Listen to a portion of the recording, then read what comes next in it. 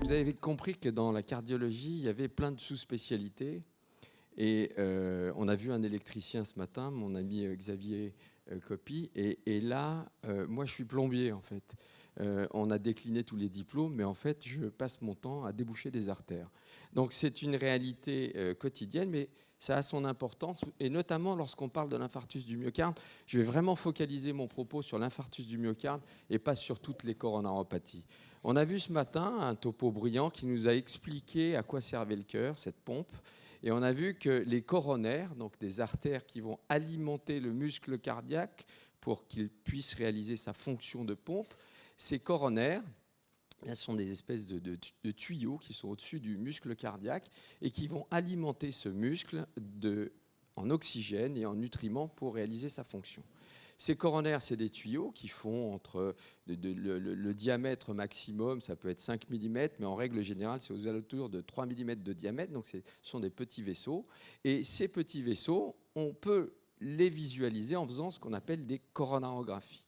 L'objectif de la coronarographie, ça va être d'injecter du produit de contraste sous un champ de rayon X pour visualiser la lumière du vaisseau, donc la partie qui est libre à l'intérieur du vaisseau, et ainsi vérifier que ce vaisseau n'a pas d'obstacle à l'intérieur de sa lumière vasculaire. Un obstacle qui peut être simplement un rétrécissement dans l'angine de poitrine, et un obstacle, on verra, qui peut être plus complet lorsqu'il s'agit de l'infarctus du myocarde.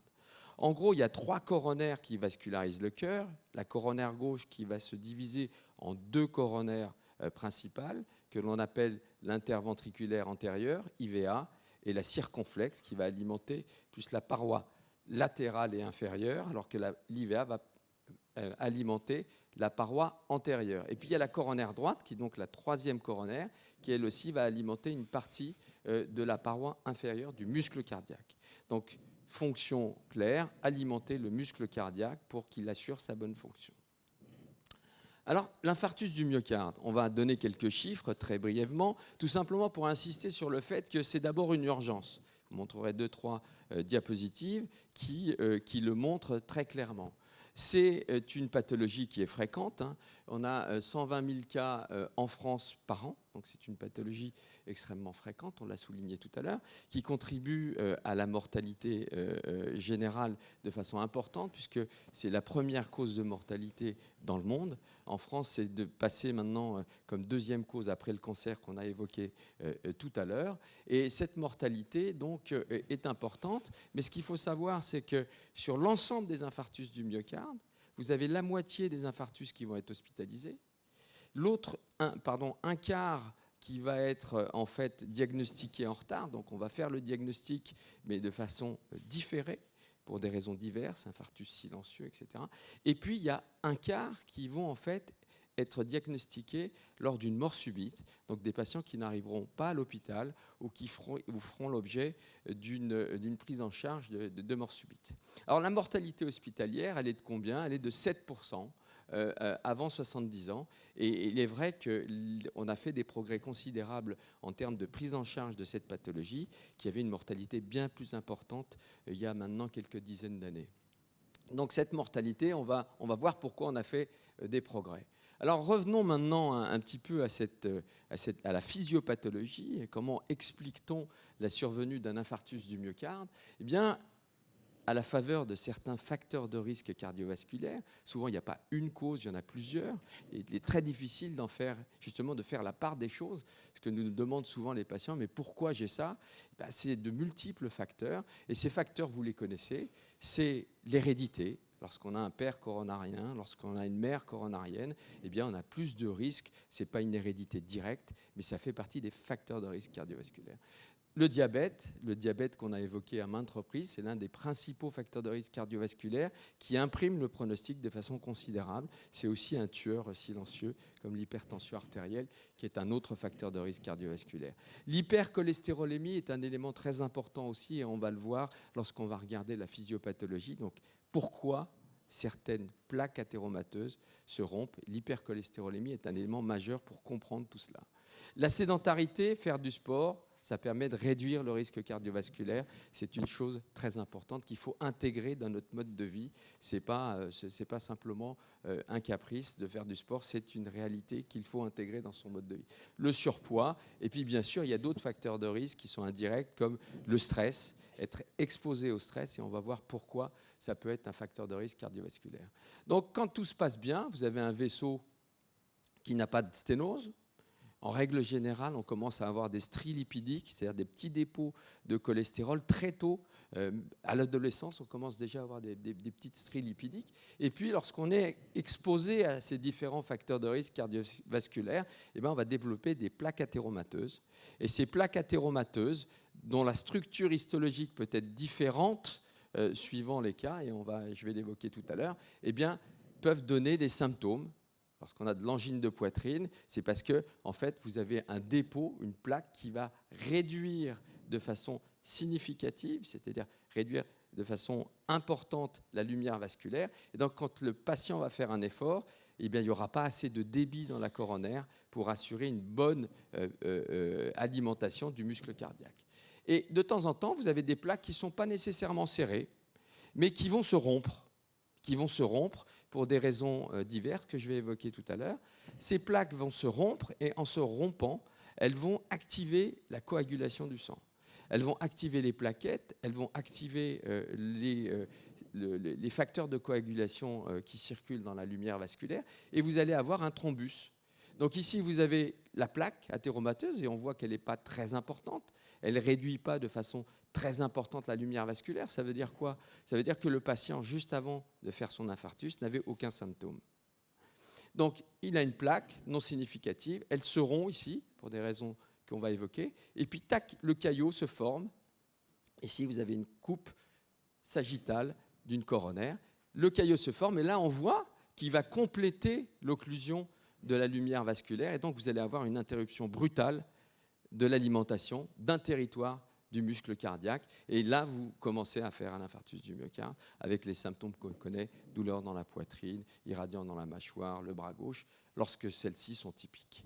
Alors, pourquoi certaines plaques qui sont non significatives peuvent se rompre?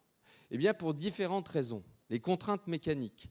Contraintes mécaniques, c'est-à-dire que vous allez avoir à l'intérieur du vaisseau eh bien, des pressions importantes, des efforts d'étirement de la paroi du vaisseau, il y a un coup de stress, un gros coup de stress, la tension, etc. Eh bien, là, vous avez une contrainte mécanique. Donc, un effet physique sur la plaque.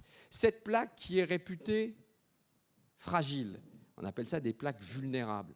Pourquoi elles sont vulnérables? Parce que d'abord, la structure histologique, il y a peu de fibrose, il y a peu de collagène. Le collagène, c'est ce qui permet de maintenir les choses en place un petit peu dans le système histologique. Donc, il y a peu de collagène, il y a beaucoup de lipides, donc c'est très gras.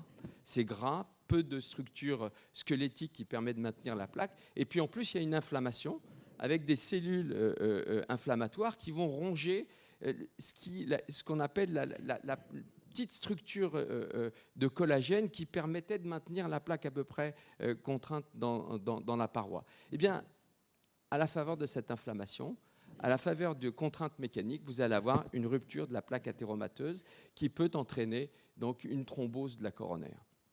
Et lorsqu'on a cette thrombose de la coronaire, eh bien, on va avoir un caillot, comme je vous l'expliquais tout à l'heure. Ce caillot qui peut être un caillot totalement occlusif, c'est le cas ici. Et là, vous avez un infarctus du myocarde ou qui peut être partiel, et c'est ce qu'on appelle un syndrome de menace d'infarctus.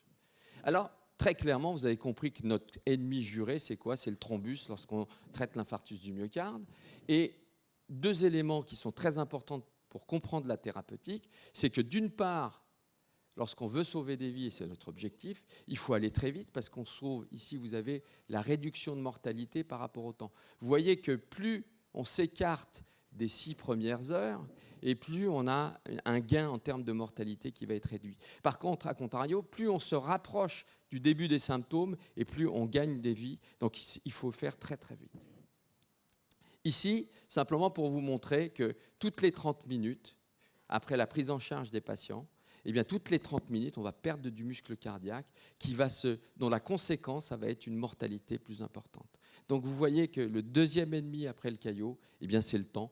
Il faut faire très vite Donc, dans la prise en charge d'infarctus du myocarde, c'est une véritable course contre la montre. Il faut aller vite parce que les conséquences sont irréversibles par la suite, sauf si on les prend très rapidement. On a compris, le principe est simple. Il y a un tuyau qui est une coronaire qui est occluse. Il faut la déboucher au plus vite. Pour la déboucher, 2 stratégies possibles. La thrombolyse. Thrombolyse, c'est quoi? C'est des médicaments qui vont permettre de dissoudre le caillot. Donc on peut les injecter, le médecin du SAMU fait le diagnostic, il peut tout à fait injecter un produit qui va dissoudre ce caillot, ce qu'on appelle la thrombolyse préhospitalière. Après, il y a une autre façon, c'est la façon mécanique. Je vais mettre un ballon dans la coronaire et je vais l'ouvrir. Très souvent, ces 2 techniques sont complémentaires. Soit on considère qu'on peut aller très vite et emmener le patient dans une salle de cardiologie interventionnelle et déboucher son artère de façon mécanique par un ballon, et le médecin du SAMU vous appelle et vous dit « j'arrive tout de suite, si tu as une place, on va déboucher la coronaire », très bien. Soit il considère qu'il y a des bouchons, il est loin, etc. Il commence par faire une thrombolyse, on envoie le patient en salle de cathé pour s'assurer que le produit thrombolytique a assuré sa fonction. Donc lorsqu'on va dilater le patient, on va mettre un petit guide à travers la sténose, ici. On va mettre un ballon, puis on va mettre ce qu'on appelle un stent. Vous avez tous entendu parler de ces stents, c'est une espèce de grillage maintenant qui comprennent aussi un petit peu de médicaments pour éviter l'hérosténose. Et bien, ce grillage va permettre d'étayer, un peu comme une mine, vous savez, le bois qu'on met dans une mine pour éviter que la galerie s'effondre. Eh bien, on va étayer avec un système métallique qui va permettre de maintenir l'artère bien ouverte. Alors, il y a du caillot, on met du métal dans la coronaire. Là, on est à haut risque thrombotique. Donc, il faut véritablement lutter contre ce risque de réocclusion. Vous avez mis un corps étranger dans une artère qui avait déjà du caillot. Donc, quelles sont les stratégies thérapeutiques qui entourent ce geste de revascularisation par angioplastie? Eh bien, on va donner de l'héparine, un anticoagulant, qui va permettre de réaliser la procédure, de l'aspirine, qui est un traitement absolument capital dans cette stratégie de reperfusion, donc des anticoagulants, mais aussi des anti-agrégants. Et puis, on va donner des anti-agrégants plaquettaires de seconde génération qui vont compléter le travail de l'aspirine. Et ça, je vous ai mis cette plaque simplement pour vous montrer comment, en médecine en général et en cardiologie en particulier, eh bien, on a des recommandations. Et ici, en fonction des pathologies, en fonction des médicaments, eh bien, on nous donne des conseils. Ici, classe 1, c'est ce qu'il faut faire. Et comment on a décidé que ce serait une classe 1? Ici, vous avez le niveau de puissance de cette recommandation. Donc, quand vous avez un classe 1A, eh bien, c'est quasiment impératif de réaliser les traitements selon ces recommandations. Donc, voilà comment nous, on arrive aussi à trouver des stratégies thérapeutiques qui sont concordantes. Alors, on a bien compris qu'on allait faire un geste, mais qu'on allait y associer traitement anticoagulant, traitement anti-agrégant, de plus en plus agressif pour véritablement anéantir l'agrégation plaquettaire. Et vous comprenez bien que tout à l'heure, on a déjà évoqué cette notion de bénéfice-risque qui est ubiquitaire en médecine. Eh bien, cette notion de bénéfice-risque, elle est très présente au niveau du traitement de l'infarctus du myocarde, avec un bénéfice évident, on l'a vu dans les cours, prise en charge rapide des obstructions, mais au prix d'un risque hémorragique qui n'est pas négligeable, mais qu'on arrive à juguler, pas à juguler, mais à réduire avec un certain nombre de mesures thérapeutiques pour éviter les saignements graves. Alors, il y a du caillot, on a vu qu'on pouvait le dissoudre grâce au traitement anti-agrégant, mais il y a aussi une façon mécanique. Donc, Hakim nettoyage, oui, effectivement. Je vous ai dit, c'est de la plomberie. Et quand c'est bouché, on débouche. On n'utilise pas de desktop, quoique les traitements anti-agrégants, c'est presque ça. Mais par contre, on peut utiliser des petits cathéters comme ça qui permettent simplement d'aspirer le caillot à l'intérieur du vaisseau. Et c'est ce que vous avez là. À la pêche, hein, on ramène un gros morceau. D'ailleurs, on est très fiers en règle générale quand on fait ça. C'est qu'on montre à l'infirmière ou aux médecins qui sont là. J'en ai chopé un gros aujourd'hui. Et effectivement, tous ces caillots qu'on arrive à extraire, c'est un caillot en moins à traiter. Je vais vous montrer un cas d'un patient de 80 ans qui a fait l'objet d'un infarctus pris en charge très précocement, à H2. Vous voyez tout simplement qu'à la coronarographie, ici, il a une interventriculaire antérieure qui est bouchée. Et après l'avoir débouchée, vous voyez que le vaisseau est reperméabilisé ici au prix de la mise en place d'un stent. Ici, on voit sa coronaire droite qui est malade, mais qui sera traitée ultérieurement si nécessaire. Voilà, ici les résultats post-angioplastie. Ce patient-là a fait l'objet d'une réocclusion parce qu'en fait, il a refait une thrombose au niveau de son stent et on l'a repris très précocement. Alors, là, on traite la lésion coupable, c'est-à-dire qu'on traite la lésion de l'infarctus. Mais très souvent, on retrouve aussi des lésions par ailleurs. Il y a des lésions, comme on l'a vu chez ce patient, des lésions qui sont serrées. Et puis, il y a une atteinte de l'arbre artériel en général. Et il faut traiter tout ça, parce que là, on a une vision scotomique du problème. On a simplement traité la lésion coupable, mais il va falloir traiter, bien évidemment, les lésions serrées, et surtout traiter cette pathologie qui est une pathologie de tout l'arbre artériel. Et pour cela, le traitement qui sauve le plus de vies, c'est celui de la prévention et de la réadaptation par la suite chez les patients qui ont fait un infarctus du myocarde. Et on revient sur les facteurs de risque que j'ai évoqués tout à l'heure. Pour traiter le problème à la base, il va falloir traiter les facteurs de risque cardiovasculaires et injecter dans le mode de vie du patient une hygiène de vie aussi bien alimentaire qu'une activité physique et une consommation modérée d'alcool, comme on l'a évoqué tout à l'heure. Et lorsqu'on fait de la réadaptation, c'est la porte ouverte après une activité physique intégrée dans le mode de vie, avec une véritable réduction du risque de survenue d'événements à distance. Et l'évolution, grâce au SAMU, qui commence la reperfusion, grâce aux unités de soins intensifs qui ont permis de traiter les troubles du rythme qui peuvent survenir à l'infarctus du myocarde, grâce à la thrombolyse et à l'angioplastie, on a permis de réduire de façon considérable le risque de mortalité, mais la prévention garde une place très importante dans les suites de cette pathologie. Alors, la dernière plaque pour conclure, c'est une pathologie grave dont les principaux ennemis sont le thrombus et le temps. Il faut aller très vite. Les stratégies, c'est la reperfusion, réouvrir l'artère. Pour cela, on va utiliser des traitements anticoagulants, anti-agrégants, donc avec un risque hémorragique qui aujourd'hui, on arrive à réduire. Et on met en place des stents dans les coronaires, qui sont des stents actifs pour réduire le risque de survenue de resténose au niveau des sites dilatés. Et enfin, les règles hygiénothétiques sont absolument capitales pour éviter une récidive d'infarctus du myocarde. Je vous remercie pour votre attention. Merci.